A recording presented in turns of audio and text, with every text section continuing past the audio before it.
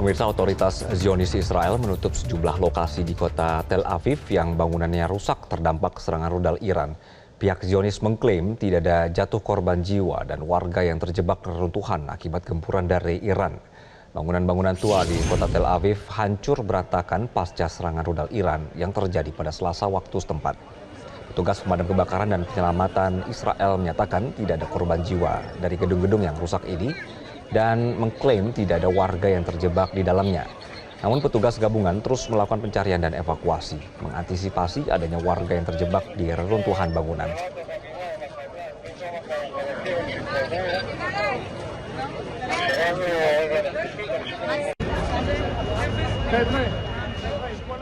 Presiden Amerika Serikat Donald Trump dalam unggahannya di media sosial menyatakan jika Amerika Serikat dan Iran telah melakukan negosiasi yang disebutnya berlangsung dengan baik dan produktif. Sementara dari pihak Tehran, Iran menolak klaim ini. Pada hari Senin waktu setempat, Trump menyatakan telah memerintahkan penundaan selama 5 hari atas serangan ke pembangkit listrik dan fasilitas energi milik Iran. Trump mengklaim hal ini dilakukan usai adanya percakapan yang sangat baik dan produktif dengan pihak Iran. Selama 2 hari terakhir, pembicaraan bertujuan untuk meredakan ketegangan di kawasan Timur Tengah. Namun Kementerian Luar Negeri Iran membantah telah melakukan negosiasi dengan pihak Trump. Juru bicara Kementerian Luar Negeri Iran, Ismail Baghai, mengatakan baru-baru ini sejumlah negara sahabat mengirim pesan kepada Iran yang mengindikasikan keinginan Amerika Serikat untuk memulai pembicaraan guna mengakhiri perang, namun Iran belum menanggapinya. Sikap Iran terhadap Selat Hormuz serta syarat-syaratnya untuk mengakhiri perang belum berubah. Based on preliminary conversations between the United States and Iran over the past 2 days, I've directed the Department of War to temporarily postpone planned strikes against major energy and electricity targets in Iran. They have very, very big, new, actually, and very expensive, billions of dollars it costs to build them one missile, one of our powerful ones, and it comes down to the ground like it was made out of dust. But to determine whether a broader agreement can be reached, we've had very good discussions, very, very good discussions. And you have to understand, I know my whole life has been a negotiation, but with Iran, we've been negotiating for a long time. And this time, they mean business. Setelah Presiden Trump menganulir ultimatumnya sendiri untuk menyerang infrastruktur energi, apa maknanya dalam ketidakpastian ke ekonomi global? Apakah akan lebih tenang atau justru makin was-was? Kami akan membahasnya bersama dengan Direktur Eksekutif Institute for Development of Economics and Finance atau INDEF, Esther Sri Astuti. Selamat sore, Mbak Esther. Sore, Mas Anggi. Ya, Mbak Esther, yang bikin dunia panik ini ternyata bukan cuma konflik Iran versus Amerika dan Israel, namun juga sinyal yang berubah-ubah dari Washington. Dalam hitungan hari kita melihat dari ancaman serangan jadi penundaan. Apa sebenarnya dampak ketidakpastian ini ke energi dan ekonomi global, Mbak? Ya, jadi ini sangat menarik ya, sekaligus membuat Indonesia harus lebih waspada. Karena dengan adanya ketidakpastian atau perubahan instruksi yang dikeluarkan oleh Trump gitu, dengan ini pastinya nanti akan berdampak pada ekonomi Indonesia. Kenapa? Karena dalam waktu 1 hari saja perubahan instruksi itu akan menaikkan atau menurunkan ya volatilitas di harga minyak dunia gitu. Nah, kemarin pada saat ada klimaks ya, belum klimaks mungkin ya, pada saat, Trump, US dan Israel itu menggempur Iran. Nah, ini harga minyak sempat mencapai 100 US dollar per barel.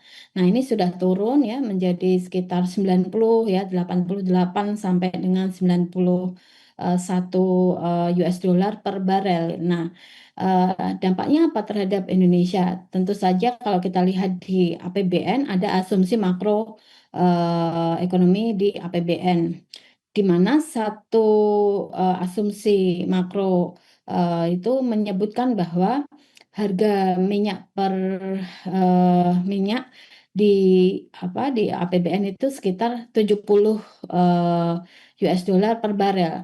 Namun kalau sekarang naik ya menjadi 88 atau bahkan 100 US dollar per barel, ini tentunya akan membuat anggaran Indonesia, anggaran APBN Indonesia ini akan membengkak.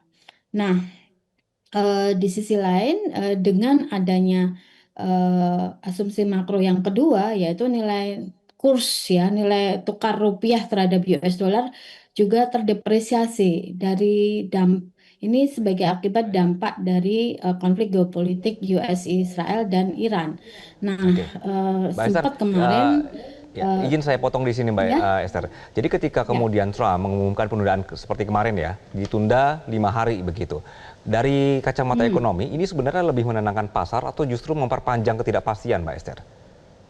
Memperpanjang ketidakpastian karena Oke, volatilitas harga minyak ini sangat tergantung pada atau lamanya durasi perang US Israel Iran. Karena baik. kalau di sini hitungan kami ya dengan adanya kenaikan harga minyak ya 1 US dollar per barel ini juga akan meningkatkan defisit APBN itu sekitar 6,8 triliun rupiah gitu. Jadi ini cukup besar ya. Jadi kalau sampai tidak ada kepastian ya, apakah perang ini akan lebih lama atau eh, sudah selesai, ini akan berdampak terhadap Oke. Indonesia. Baik, Mbak Esther, Anda melihatnya ini merupakan sinyal negosiasi Trump yang bisa dibaca sebagai upaya stabilisasi ekonomi global atau justru bagian dari strategi tekanan terhadap Iran?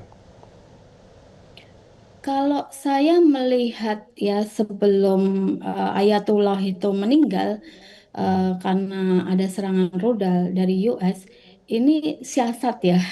Menurut Oke, saya ini siasat. Walaupun saya bukan pakar hubungan internasional, tetapi ini kalau dilihat dari historicalnya itu adalah siasat Presiden Trump gitu. Bagaimana bisa menekan Iran gitu. Makanya tadi oke. kalau lihat ilustrasinya ini balas membalas ini.